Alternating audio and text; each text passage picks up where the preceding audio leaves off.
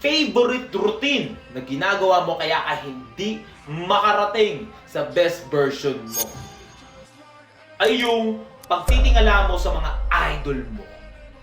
Isang malaking kabulagan yan, yung ginagawa mo. Masyado ka nakatingin. Focus na focus ka sa idol mo kung sino man yan. Kunyari, bibigyan tayo ng example, si Sibam. Gusto mo makuha yung katawan niya. Kunyari, si David Lade. O yung mga mayayaman, sila kung sino man yan. Kung sino may mga mayayaman dito sa Pilipinas or sa ibang bansa. Tingin na tingin ka doon. Sa resulta na yon, yung nakikita mo lang ay yung finished product. Hindi ka nang gigigil sa sipag nun. Hindi ka nang gigigil kung paano niya nakuha yun. Kumbaga, hindi mo inalam yung mga secrets niya, yung mga formula niya, kung paano siya nakarating doon. Ang gusto mo lang yung resulta. Baka pag nakita mo yung hirap, baka pag nakita mo yung danas, baka pag nakita mo yung daanan, hindi mo nang puntahan yun. Baka hindi mo na abutin yun.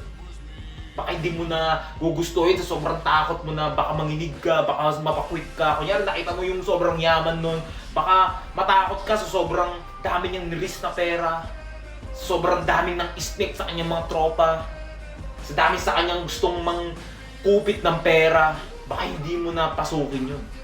Ganon din sa mga pagdating sa mga malalaki katawan. Diba sila Sibam, baka takot ka sa turok, diba saksakin ka ilang beses ng steroids. Baka hindi mo gustuhin na magbuhat ng bakal.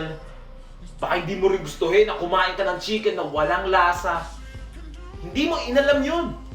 Ang nakita mo lang yung finished product. Alam mo, sabihin ko sa'yo masyado kang bulag na bulag sa mga nakikita mo, sa mga idols mo, kung sino may idols mo. Baga kung sino man yan, kahit hindi ako idol mo o sino man yan, ay dapat kang tumingin sa mga pinagdaanan nila. Kasi yun talaga ang secret. Kumbaga blueprint para makarating ka doon o mapalapit ka man lang.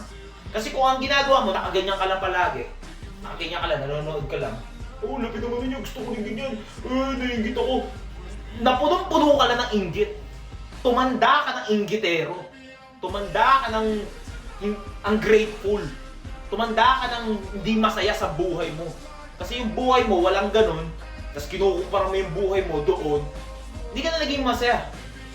Kasi lagi mo kinukumpara yung sarili mo